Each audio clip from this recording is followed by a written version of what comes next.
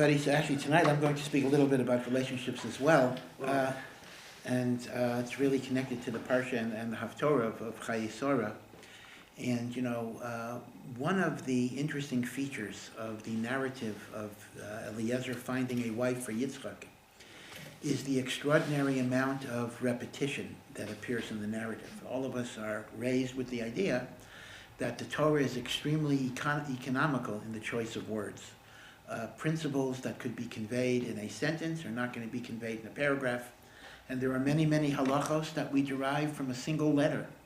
The Torah is not going to bother to give you a word if it can communicate it through a letter. And yet, in the story of Yitzchak getting a wife, and of course Yitzchak himself is totally passive in the process, he is not allowed to leave Eretz Yisrael. He simply waits as somebody chooses a wife for him. And that is, number one, we have a conversation that Avram has with Eliezer, and then Eliezer devises a test. And then, when Eliezer meets the family of the young lady, that is Rivka, Eliezer recounts the whole story over and over and over again, when in fact the Torah could have simply said, Eliezer told Besuel and then Lavan everything that transpired. Kol asher kara. Why do you have to go through all of the details? So the Gemara does have a comment in this. The Gemara says that Yafes sichasan shel avdei avos yosher mitarasan shel banim. That means God cherishes, God loves even the casual conversation of even the slaves of the patriarchs more than all of the Torah that's given to the children, because the Torah is conveyed in a very abbreviated way. But when it comes to recounting the stories of the patriarchs and even the slaves of the patriarchs, the Torah is marich. So the Gemara seems to simply say, without getting into specifics, that repetition might be a sign of affection. It might be a sign of love, that you kind of tell, just as a parent might tell the same funny story about their child or grandchild, many, many times, because it's something that they get a great deal of pleasure from. But it's an important point to keep in mind, and this is a klal gadol in all repetitions, that you have to pay very careful attention, that repetitions are never identical. There are always differences in the way the story happened and the way the story is repeated and reiterated. And often the main point is to see the significance of the discrepancies, the additions, the deletions, the changes of language, the changes of nuance, and that conveys very, very powerful lessons. In fact, one of the characteristics of what's called the modern study of Tanakh in places like Herzog, and the like, is using what are called literary analysis of Tanakh. Now that sounds fancy, and they gloss it up with all sorts of academic terms, but in fact, that's exactly what Chazal have always done. That's what the Meforshim do. They focus on differences in language, in nuances, and why certain terms are used here and not here, and many, many lessons are derived that way. The Abarbanel, the great commentary of the Abarbanel, lists no fewer than 50 differences between the story as it happened and the story as it was recounted. Some of them are really almost microscopic differences, and we don't really have some global explanation. I'm not going to mention all 50. I couldn't remember all 50, but I'm going to mention maybe 4 or 5 and see what those lessons teach us. By the way, just as an aside, the Abarbanel was a great, great biblical commentator. He was also the finance minister for Ferdinand and Isabella at the time of the expulsion of the Jews from Spain in 1492. In fact, he was the one who fundamentally raised the financing of Columbus going to the so-called New World. And because his financial acumen was so valued, Ferdinand was willing to give him an exemption. He could remain in Spain as a practicing Jew, the only one that was given that dispensation. He, of course, refused to do so. And on that day in 1492, when the last remnant of the Jews left Spain, Rabbi Yitzchak Breitowitz, as the head of the community, was in the front of the line. And towards the end of the line, there was a 4-year-old traveling with his mother. That 4-year-old was Rav Yosef Karo, later to be the author of the Shulchan Aruch. So Rav Yosef Karo was one of the people that were expelled from Spain as a child. It is recorded, just as an aside, that, again, some of this history is very murky, because the standard conventional wisdom is that the Jews left Spain on Tisha B'Av. Mhm. It's not entirely clear that that is historically verifiable. But the tradition among the Jews that was preserved was that they did leave on Tisha B'Av, because the problem is they left different days. So, but there was a group that left on Tisha B'Av, and they were given a psak that they were allowed, and they were even commanded, to play musical instruments as they were leaving on Tisha B'Av. Part of it was because their spirits were so broken that they needed this cheering up. And part of it was even a deeper reason, that a Jew should not mourn getting kicked out of Gullus, meaning people were so sad because they had lived in Spain for hundreds of years, and there was a golden age of Spain, both in terms of economic prosperity and in terms of philosophy and in terms of poetry and literature. But a Jew should never feel that any place in the Gullus is their true home, and therefore to kind of show that we're not crying because we're leaving Spain, they actually played music. That's the idea. And of course, once again, to go back to the tragic events in Pittsburgh, that is also a bit of a reminder that we really cannot regard the Galut as our home. The Abarbanel has an unusual interpretive style in all of his biblical commentaries. He prefaces many, many, many questions. He'll take a whole parsha and will ask maybe 50 questions, and then offer explanations that answer all of the questions.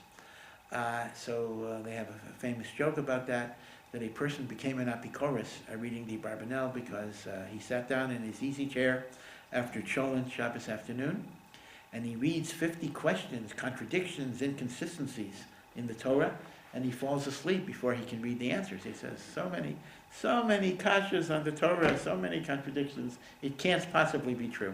Chas v'shalom. And so there's a certain danger in having too many questions before you present some type of answer to those questions, but that was his mahalech. Again, apropos of nothing in particular, I just want to mention that one of the unique features of the Abarbanel's political philosophy is he is almost the only one of the Jewish medieval authorities who espouses democracy, Republican-type democracy, as superior to monarchy, because b'pashtus, the biblical model of Jewish governance is a monarchy, and in fact, it seems to be in the book of Devarim that appointing a king is a mitzvah. And the commentaries all deal with the Shmuel incidents and why was Shmuel upset, and they give different answers. They asked for the wrong motivation, etc. But the common denominator of Kemat, both Chazal and the Rishonim, the commentators, is that Jewish monarchy is an ideal. The Abarbanel is the only one who actually says monarchy was an allowable option, but it was never a desirable state. And he talks about, again, he speaks from his own personal experience. He talks about his experience as a servant at the pleasure of the monarchy, and he talks about abuse of authority and the concentration of power, and he expresses his admiration for the city-states of Italy, Genoa, Venice, and Naples, which had rotating term limits, elected representatives who could only serve for limited terms. It's a very unusual discussion in a Jewish sefer, and he says that way the abuse of power is greatly minimized because those who are in positions of authority for the next few years are not going to be in those positions of authority a few years after that, and therefore they will be naturally careful in terms of the abuses they perpetuate on people, because as we say, what goes around comes around, etc. And therefore the Abarbanel said that some type of elected government with term limits for representatives would be an ideal type of government. I believe it's Kemat the only statement in Jewish rabbinic literature, at least in medieval Jewish rabbinic literature, that espouses a kind of a democratic political philosophy. Does he connect this to a source? No, he kind of says it on his own. Well, yes. The source he connects it to is, this is how we understand Shmuel. In other words, the Navi Shmuel, when the Jewish people ask for a monarch, is very critical. Now, all the commentaries who start with a pro-monarchy bias have a lot of problems interpreting that chapter. He says, the chapter says exactly what it means exactly what it says. Kings are abusers of power, And it does not make sense to put all your power in a monarch that cannot be removed. So his source is really his own interpretation. But the Shmuel didn't story have of an Shmuel. alternative. Huh? Shmuel had no alternative. His sons couldn't do it. What was going to happen? What would happen? Well, that's interesting. The question was Shmuel advocating kind of anarchy in the sense of who needs central government? Mhm. Each person under his fig tree and under his vine, Right. and let that work. And Shmuel is basically saying if you had true morality, you would not need some authoritarian figure ruling over you. How does the Abarbanel deal with concept of Mashiach? Is it Mashiach? Yeah, so he says Mashiach is a different thing. He says, and of course, keep in mind, the Abarbanel was one of the most prolific writers on Mashiach. He certainly wrote about Mashiach very, very extensively. He basically said, well, that's, God's particular choice. God is directly choosing, etc. But when human beings gather together and choose somebody, or have somebody rule over them by conquest, by definition, that is not going to be, that's not going to work out. And the Abarbanel drew extensively on his personal experience. So he actually details all of the different things that the Jewish people have suffered. He's buried in change. Italy. Huh? He happens to be buried in Italy. Oh, in Italy? Yeah, okay, Yeah. because his children were living in Italy, and in fact, he wrote many of his commentaries in Naples, although he was from Spain, but the latter part of it, the last decade and a half of his life, he was in Italy. Ahead of his time. Yes. Because it's very hard to find a monarchy in which the monarch exercises absolute power today. The republic has big. Yeah, well, yeah. I mean, obviously, it's just something like the British monarchy. Britain is a democratic republican government, which happens to have a figurehead head of state. But that's not what the Abarbanel was talking about. He was talking about monarchs who exercised extreme power. Okay, but going back to the main topic, I want to just mention some of the discrepancies the Abarbanel notes, and that is. Number one, the narrative starts off with Eliezer having a conversation with Avram, and Avram instructs him, his faithful servant, do not take a wife for my son from the daughters of Canaan, where we dwell. They're not good, they're not proper. Go el artsi v'el moladati. Now these words are very important.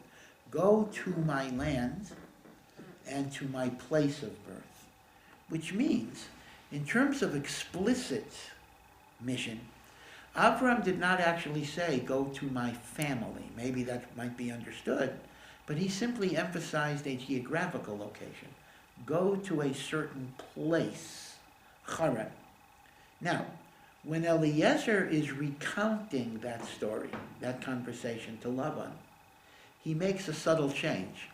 My master Avram told me to go El Beis Avi, to my father's home, umishpachti, and to my family. So difference number one is the actual conversation, at least in a literal sense, was focused on geography. Eliezer switched it to family. That's issue number one. Issue number two is that Eliezer devises a test. When he finally gets to Haran, he devises a test. And this test is not in the nature of superstition. He didn't say, for example, the first woman I see wearing a red dress is the right wife. Rather, this is a test of character. This is a perfectly logical test. And that is, I am testing to see if the woman will demonstrate the attribute of kindness. I'll explain a little later why he chose that, but that's what he's looking for. He's looking for a good heart, he's looking for compassion, he's looking for kindness. And the test he devised was this. I will ask a woman as she's drawing water to give me water, and the woman that says, I will give you and your camels, meaning even though I didn't ask her, she'll do more than I asked, that is the right person. Right? So the test was, I will ask, may I have water? She will respond, I will give it to you and your camels. Now, he then sees Rivka. And he asks, and Rivka did not do quite exactly what he said, but she did better. Rivka gave him the water to drink, and only after he finished did Rivka then go and draw water again. So she didn't do it exactly the way he set it up, but she did it in a better way. And the reason her way is superior, the Meforshim say, is the following. Number one, if Rivka would have said, here's the water, you and your animals can drink, number one, that mode of expression is a bit insulting. It kind of implies you and the dogs are the same. Moreover, it puts a restriction on how much Eliezer can drink, because she's basically saying, this is it, I'm not going back. So the implication would be, he better not drink as much as he wants. This way, she actually waited until he had drunk his entire fill, and then she went back. So, was it a one-to-one correspondence? No, but it was better. So obviously, she would pass the test. Interestingly enough, when he recounts it to Lavan, he makes it more exact than it actually was. He actually says, I said, the woman that says, I will give you and your camels, that's the right woman. And that's exactly what she said. Meaning, he eliminates what you might call the extra credit aspect of it, and he makes it exactly the same, when it was not exactly the same. That is discrepancy number 2. Discrepancy number 3. As soon as Rivka passes the test of kindness, Eliezer immediately gives her the jewelry. Immediately. After he gives her the jewelry, he then says, oh, by the way, who is your father? When he tells Lavan the story, he says, she passed the test, and then I said, who is your father? And only when she answered did I then give her the jewelry. Now Rashi explains that Eliezer changed the actual sequence because he wanted to have a sensible story. Because if he would have said, I gave her the jewelry after she passed the test without knowing who she was, they would have said, how did you know she was our family? So Eliezer wanted to make the story logical and coherent, and he changed it. But the question is, if that is logical and coherent, then why didn't he behave in a logical and coherent way? Another discrepancy. Rashi brings a tradition from Chazal. Are these all the Abarbanel's discrepancies that you quoted? I believe so. I don't remember, but the answer I'm going to give you is not the Abarbanel's answer, but he mentions, he notes them. Rashi brings a Masorah of Chazal that Eliezer himself had a daughter that he very much wanted Yitzchak to marry. After all, Eliezer is the faithful servant and disciple of Avraham, and Avraham did not take him up on that offer. And the way Chazal derive it is because Eliezer asks Avraham, what if the woman doesn't want to go? Shall I bring your son there? And Avraham says, Chas v'shalom, you cannot bring my son there. If she refuses to come, then you are absolved of your oath, but do not take him there. Now, the way the question begins is with the word ulai. Ulai, lo soaver ha'isha lalechet. Perhaps the woman won't want to go. Now, the ulai is written without a vav, chaser. Ulai without a vav can be read elai, when you don't have vowels. Elai, to me.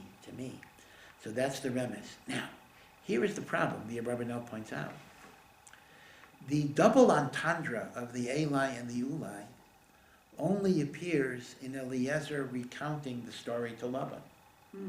When Eliezer is actually talking to Avraham, it says ulai is with a vav. There is no alternative construction to me. Now, why should that be so? If Eliezer is actually bringing that up in the conversation, the double entendre should have been in the initial conversation. Another discrepancy. I know it's hard to keep track of these, but as I answer them, I'll go back. As Eliezer was speaking, not writing, so there was no ambiguity when he communicated with Laban, right? Well, that's an interesting. That is an interesting question. Meaning to say, how do you? How was this meaning? How did? I mean, the assumption is Eliezer is communicating to Laban that he had a daughter that Avram turned down. The question is, obviously he didn't communicate it in the way that it's communicated to us, because to us it's communicated via a spelling, an alternative spelling of a word. But the assumption is the Torah is using that vehicle to indicate the contents of an actual conversation, whose words are not exactly recorded. That is a good point. And that is, yet another difference is that in that same colloquy, in that same discussion, when Eliezer says to Avram initially, what if she doesn't want to go? Shall I take your son there? Avram says, Chas v'shalom, lo sashev es b'ni, don't. In the conversation with Laban, when he says the A line, he says, and I asked my master, what if she doesn't want to go? So Eliezer says, what my master says is, God willing, everything will work out. That strong negativity, do not take my son there, doesn't appear.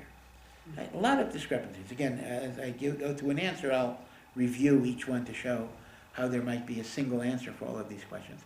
Another point is not a discrepancy, but it's an interesting phenomenon. I think I've mentioned more than once Nechama Leibowitz's observation that there are some midrashim that we are so used to that it literally becomes part of the text for us. And when we read the Chumash, we assume it's in there when it actually is not there at all. It's a medrash of Chazal, but it's not in the biblical text itself. The example she gave was Abraham being thrown into the furnace. People just assume it's in the Chumash, and it's not in the Chumash. And she used to tell the story that she was once lecturing to a chayolim, because a lot of her early teaching were to soldiers in the army, and she mentioned this point that everyone thinks Abraham being thrown into the furnace is in the Chumash when really it isn't. So there was a gruff army general who was not a religious man, but he had learned Chumash as a child. And he says, what do you mean, not in the Chumash? I remember I learned Chumash in Kita Aleph, many years ago, before there was a state of Israel even. And of course it's in the Chumash. Zeh Pashut, Zeh B'Chumash. So she gave him a Chumash, and she said, okay, you find me where the story is. And obviously Hebrew was his language, so language wasn't the problem. So he's leafing through it. He can't find it. He finally tells her, give me a whole Chumash, don't give me these abridgments that you use. Today everybody uses abridgments, kitzurim. Okay. So I'll give you another example that's interesting.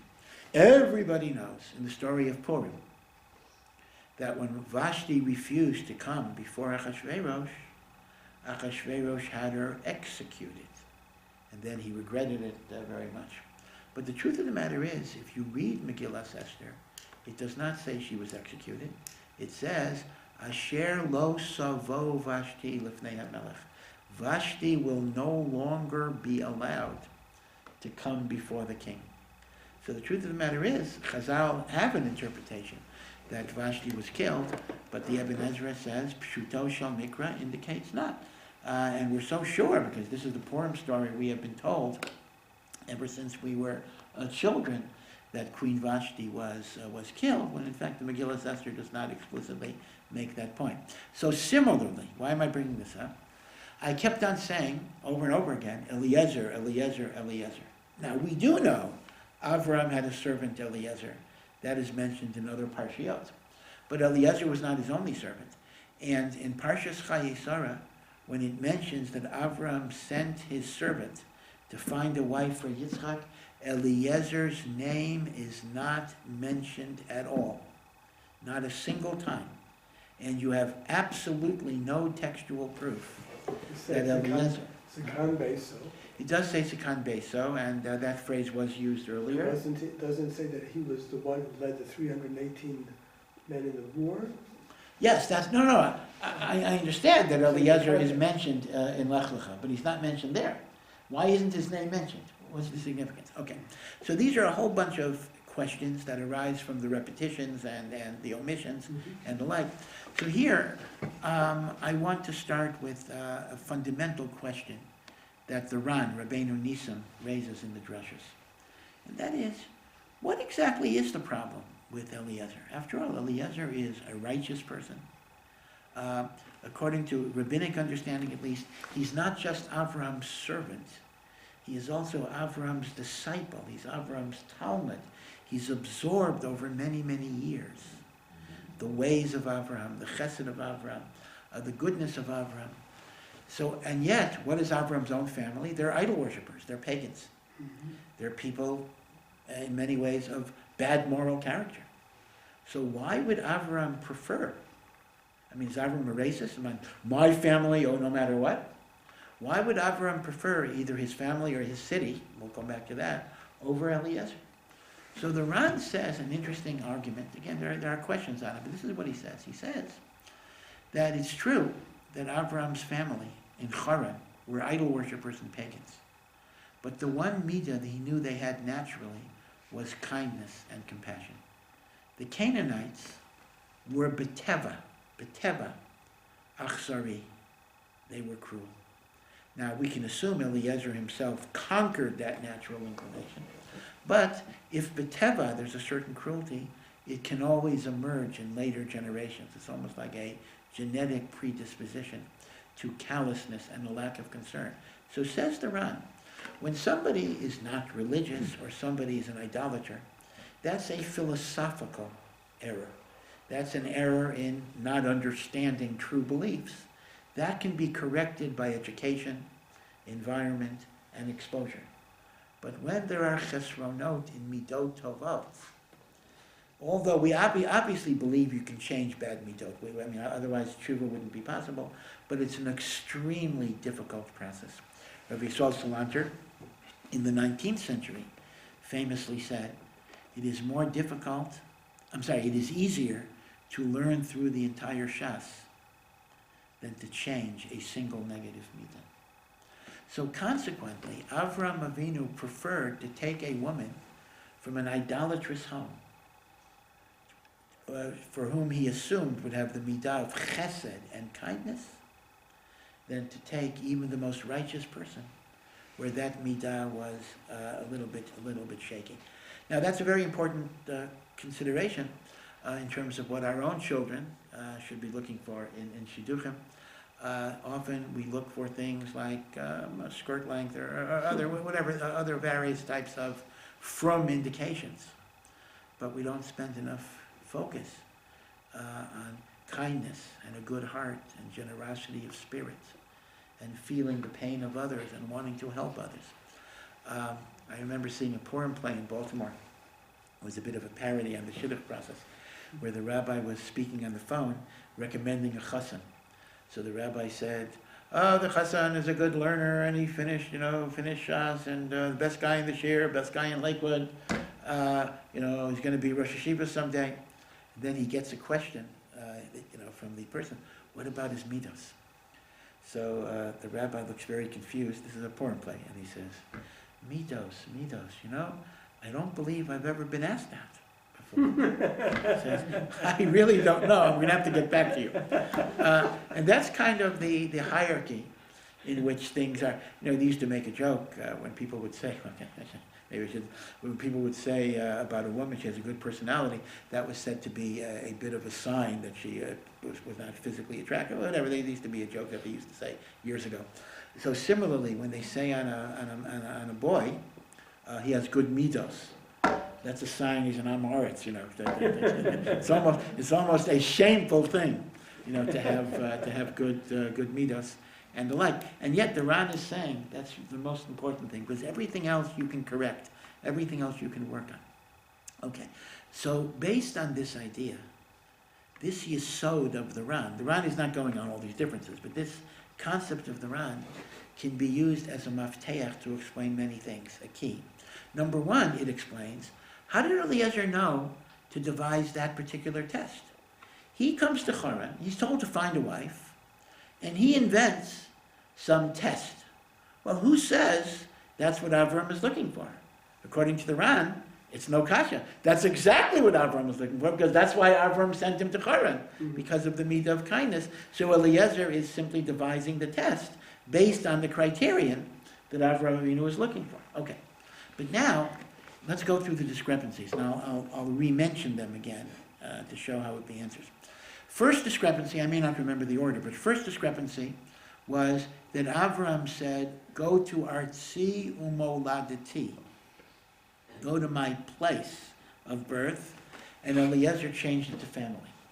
It could be that according to the Ran, Avram was not even concerned with family at all. Avram just said, the people of Haran are kind and compassionate people. So Avram was indifferent to whether it was his family or not, Avram focused on geography. Now, because Avram focused on geography, that is why Eliezer could give the jewelry without knowing who her family was, because it was irrelevant who her family was. But here is the thing. Eliezer changed it from geography to family. Why did he change it from geography to family? Because Eliezer has to be a salesman here. Eliezer has to persuade a family that they should send their very young daughter. According to Chazal, she was 3. According to other views, she was 14. But she was a young girl. Send her 1,000 miles away and give her away in marriage. So as a result, Eliezer has to show that the great Avram, who was famous and wealthy and influential, specifically sent me to you. He wants to be connected to you. It wouldn't be enough to say, he told me I should find some woman in this city. If you want to butter up the Mechutanim, you have to indicate that the great Avram was looking for you. As a result, Eliezer changed the terms of his mission from geography to family. But then why a test? No, Eliezer had to do the test because Eliezer was looking for character. Now, But why didn't he just go to the family then? Because he had to know if Huh? she was good. Why didn't he just go to the family if that's No. what he believed? No, one second. What I'm saying is, what Avram and Eliezer are really looking for are character. Okay. That's all. Family doesn't make a difference. He found the right girl because of his test. He knows she's the right girl. He now has to convince the family to release her. But to convince the family to release her, he has to say that I was sent 1,000 miles by the famous Abraham to get you specifically. So he has to say, I was sent to a particular family. To flatter them. He was lying. He was not sent to a particular family. But he has to say that he was sent, because that's the only way they'll be But flattered. then why didn't Lavan say it, and why did you do a test? Oh, okay. That was really my Yes, question. I'll address that. I'll address So it. is this a source that you're allowed to lie in Shidduchim? Well, not necessarily, because this was a situation of taking a woman out of an idolatrous environment to bring her to Kedusha. So for that, you are allowed to lie. In a normal shidduch situation, that would not be appropriate. Yeah, you're asking a good question. I'll get to that. Now, as all liars know, and all of us has learned as children, once you change part of your story, you got to be sure to change all the parts of the story so it's consistent. Meaning the following. Eliezer could give her the jewelry without knowing who she was, because Eliezer's initial mission, family, was irrelevant.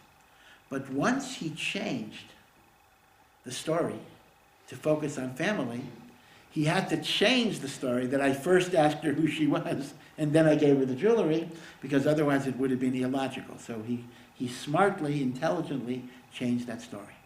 Now, what's the role of the test? So this is interesting. From Eliezer's perspective, the test was a character test, midos. And the fact that she didn't pass the test exactly, but she passed the test beyond the parameters of the test, is only a plus. But with Lavan, he's presenting the test in a different way. Lavan was a pagan. Lavan believed in superstition. Lavan believed in omens. Lavan believed in signs. So Eliezer is not presenting the test to Lavan as a test of midot. He's presenting the test to Lavan as the gods have agreed to this, because exactly what I proposed came to pass. Now, an omen is an omen only if it's exact. So from Eliezer's perspective, remember, the fact that Eliezer said, the woman that says to me, I will give you and your camels, is the right woman, and the fact that she didn't do it that way, she first gave him and then went back, that's only a plus in terms of character. But in terms of an omen, Lavan could say, well, this is not exact. I don't know if the gods have agreed. Therefore, he had to switch the test from midot to omen, and that's part of the convincing. and therefore he does that. Now, the final issue, discrepancy, was that in his initial conversation with Avram, when he asked Avram, what if the woman doesn't want to go, shall I take your son there? So Avram said, Chas v'shalom, do not take my son there. Well, if you're trying to flatter the Mechutanim, you don't want to bring up the idea that my master said under no circumstances will his son ever set foot in your house the rest of his life. So he had to finesse it by kind of saying, he said, things will work out. Now, the Ulai and the Eli, the double entendre, was only communicated in the conversation with Lavan. Here is the point that I want to add. This I didn't see anywhere, but I think it's a powerful point. That is, you have to know that Avram's failure to consider Eliezer's daughter must have been a very painful and humiliating experience for Eliezer. He was a faithful person with Avram all of these many, many years. And Avram rejects him. It was something deeply embarrassing. But Eliezer is willing to reveal that information to Lavan because once again, it maximizes the probability. In other words, it's part of the flattery. That even me, who was Avram's closest affiliate, I was rejected in favor of you. So what's going on here is, Eliezer is willing to reveal something that is deeply embarrassing and painful in his own personal life to maximize the success of his mission. And the fact that the double entendre does not appear in his conversation with Avraham is because when he's talking to Avraham, he didn't. In other words, it's not an actual thing he ever asked. It was his thought, it was his desire, but when he's talking to Avraham, he does not even communicate that at all. And the final point is, I had mentioned Eliezer's name is not mentioned at all. And here the Marshal says, because he was so faithful to his mission and to his master, that he obliterated his personality. He did not allow his personal agenda and his personal desires to affect his judgment at all. He was nothing more than the anonymous extension of Avraham, and he behaved in that way. Now this is an extraordinary thing, because keep in mind, Eliezer, first of all, the fact that Avraham trusted Eliezer to do this is a momentous mission. I mean, every shidduch is very, very important, but this is a shidduch that determines the future of the Jewish people and all of God's promises to Avraham. In fact, people even ask the question, why didn't, if Yitzchak could not leave the land of Israel for whatever reason, why didn't Avraham himself do this? Right, he was old, the fact that he trusted Eliezer to make this decision shows the amount of trust that he had in the reliability of this Eved. And Eliezer had every reason to sabotage the mission, because after all, if he is released from his oath, he is next in line, more or less, at that point. A Canaanite woman would have to be taken, and he's the most logical, his daughter is the most logical one. But keep in mind, not only did he not sabotage the mission, but he went out of his way to change things on his own to maximize success. Meaning, he could have done exactly, he could have recounted to Lavan exactly what Avraham said, and he would have been faithful and he would have done his duty, but instead he went beyond the call of duty to increase the probability of success. And that's a tremendous, tremendous mesiras nefesh on his part. So the point is, if you analyze all of these differences, you see that Eliezer had a mission to look for Chesed, but he had to convey it as a mission to look for family. And that kind of explains the significance of all of those differences. Do you know the term Rosh Gadol? Rosh Gadol? Yeah. I could guess what it is, but I haven't heard it as an expression. Yeah, so it's a very important Israeli expression. Yes. And it's someone who thinks out of the box, rises to the challenge. Yes. Is not a pakid who signs in at 9 and leaves at 5. He stays later. He brings everybody, he brings them to the team. Right. And Israelis value a Yes. Rosh Gadol. Yes. And the opposite is a Rosh Katan, Yes. okay? So in the army, they Yep. train you to be a Rosh Katan because they don't want you going out there and Right. devising your own strategies. But then they watch to see how you perform your duties as a Rosh Katan.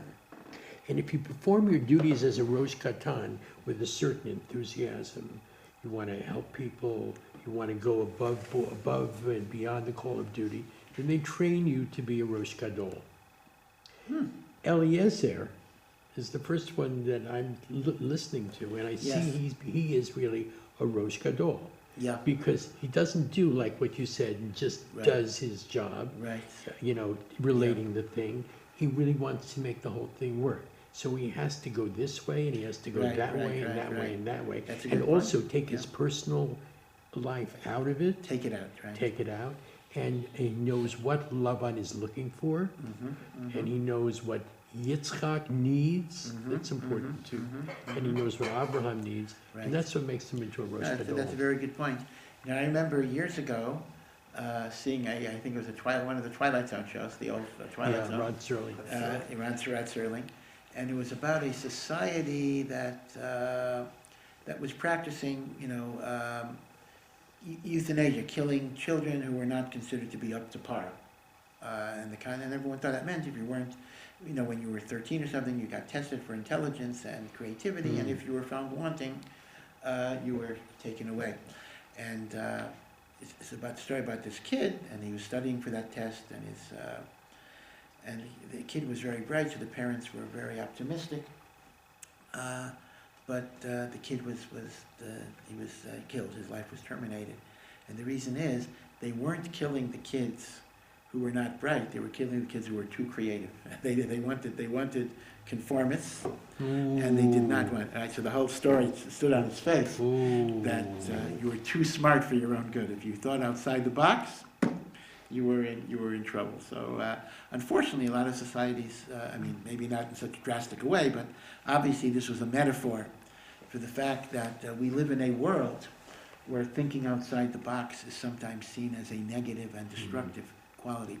But it's interesting, the way you described the army is an interesting thing, because it kind of gives you the Rosh Gadol gets the best of both worlds, because the downside of the Rosh Gadol is that they have difficulty working within a system, and they have difficulty kind of learning from others, and therefore it's interesting that before you can be the Rosh Gadol, you also have to go through a period of being a Rosh Katan at the same time.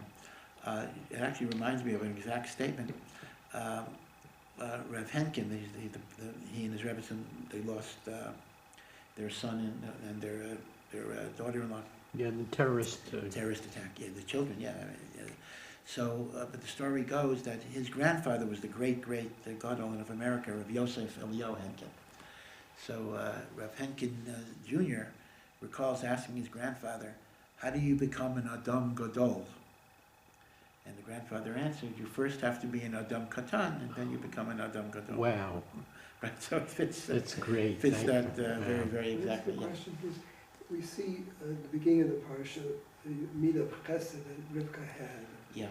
Yet we see in the parsha twice, Rivka goes on her own initiative without consulting with her husband. Yeah. This is very, very fascinating. The Netziv, who lived in the 19th century, the great Rosh Yeshiva of Volozhin, makes a very, very interesting point. He points out that both Sarah and Rivka had problems with one of their either kids or one of their adopted kids, so to speak. Meaning Sarah had recurring problems with Ishmael, and Rivka has problems with her own Esav that's kind of not behaving in a proper way. And he points out that the communication style of Sarah with Abraham is very different than the communication of Rivka with Yitzchak. Sarah was kind of an equal partner with Abraham, and therefore when Sarah had a problem, she stated her position directly, explicitly, clearly. Abraham sometimes disagreed, and HaKadosh Baruch Hu often said, "Listen to Sarah," like banishing Ishmael, etc. There was kind of an equality of dignity in which each person presented their position, and it had to be dealt with. Rivka, he suggests, was actually in awe of Yitzchak. Rivka did not feel, at least in her own capacity, the ability to bring up issues directly. It sounds like a very modern thought. Number one, there was a tremendous age difference. If you go with Chazal, that Yitzchak was 40, that the Torah says, and Rivka was only 3, so you have a huge age difference. And even if Rivka was 14, which is an alternative chronology, you still have 40 versus 14. So even though obviously Rivka grew older in time, but there was still a sense that Yitzchak was just like almost like a parent. And besides that, spiritually, Yitzchak was an otherworldly type of person. Yitzchak had experienced the Akedah. Yitzchak had experienced near death, according to the Zohar. Do you know? Did you hear this? According to either the Zohar or some other Sifrei Kabbalah, Yitzchak died at the Akedah. Yitzchak died, and according to some views, he was gone, he was dead for a few years. What? A few years. There actually is a, meaning when Avram, in fact, now you understand what it means when you say Sarah died in the aftermath of the Akedah. It's not like she had a heart attack because, oh, this almost happened. She died because she thought that Avram killed their son, and indeed Avram did kill their son. Miraculously, Hashem made a Tchias HaMesim. This is what the Zohar says. But be it as it may, even if that didn't mamash happen, Yitzchak experienced something that was really beyond the normal mortal experience. And in fact, that even explains why Yitzchak was fooled by Esau, because Yitzchak did not live in a world of deception and dishonesty and duplicity. And therefore he was very much removed from the world, as opposed to Rivka, who was very familiar with cheating and lying. So as a result, and Tzif says, Rivka communicates everything by indirection and even by subterfuge. Like she wants Yitzchak to understand by this whole dramatic act, the true nature of things. But it is a very different communication style. I mean, the Tzif does suggest that the optimal communication is to be open and clear and explicit, but sometimes we have to have, these alternatives. And the Torah itself is merames to these different marital relationships. But there are two bottom line points that we get from the whole story. One is the overarching importance of chesed and kindness. And the second, though, is maybe a point that moves in the opposite direction, the notion of balance and harmony, because we know that Avraham represents the divine quality of loving kindness, and that had to be counterbalanced by Sarah's inner strength to deal with difficult situations, chesed and gevurah. Yitzchak, on the other hand, is said to represent the idea of introspective gevurah, and therefore that needed to be balanced by chesed. Meaning to say, the old saying, opposites attract, has a certain validity, although not a complete validity, and that is that each one needs to be strengthened in those qualities that are a bit dormant by somebody, by a partner that has those other qualities. So Yitzchak becomes a bigger Baal Chesed because of Rivka. Rivka becomes a stronger, more disciplined person because of Yitzchak. Sarah becomes kinder with Avram, and Avram becomes stronger because of Sarah. Each one incorporates the good qualities of the others. Of course, you have to be very careful not to fall into George Bernard Shaw's trap. He was once seated at a dinner with Isadora Duncan, who was a very, very famous actress and dancer. And she was a bit of a flirt. So she said to George Bernard Shaw, Mr. Shaw, if we would get married together, we would have such wonderful children, your brains and my looks, fantastic kids.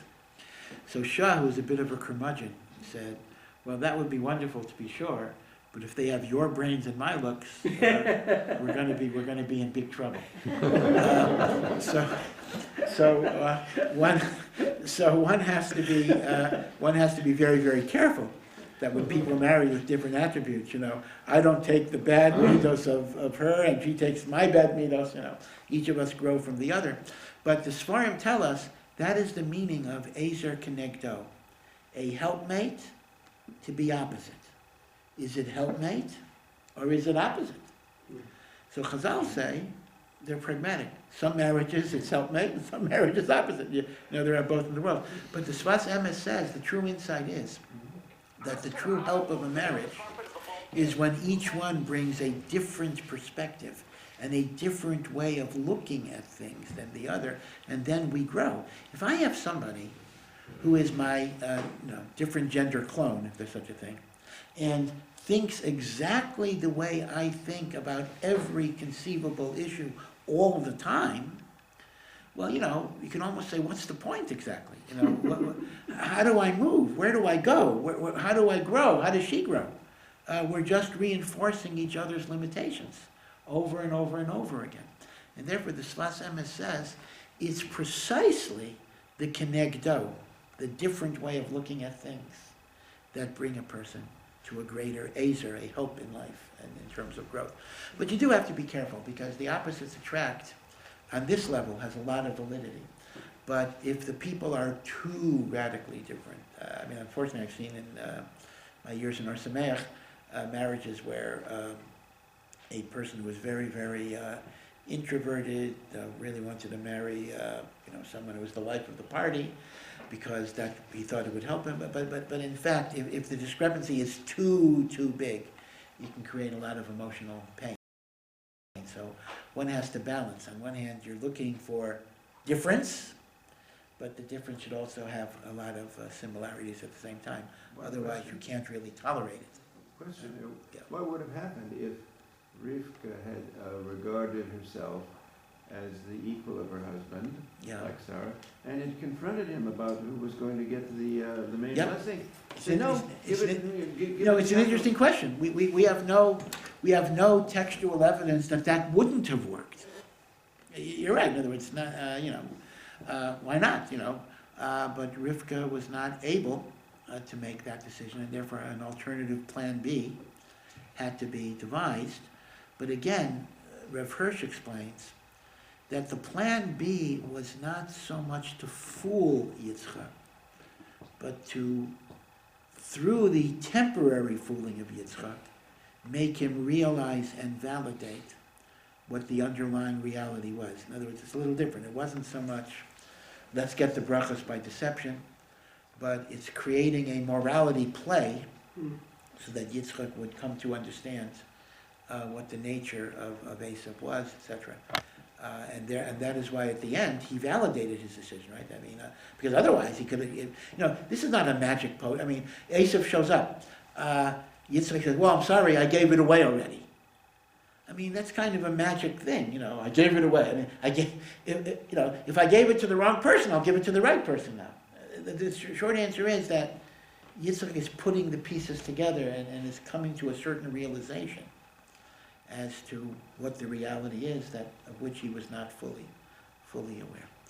So anyway, we just want to wish you all a very good Shabbos, and B'ezras Hashem, may all of us in our own marriages grow in this midah of kindness, this midah of Chesed, which the Ran tells us is the single most important quality that we should bring in all of our relationships.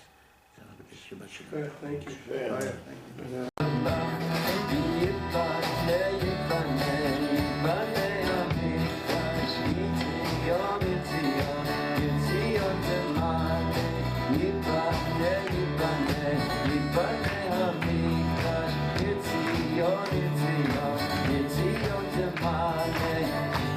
Shama shir shir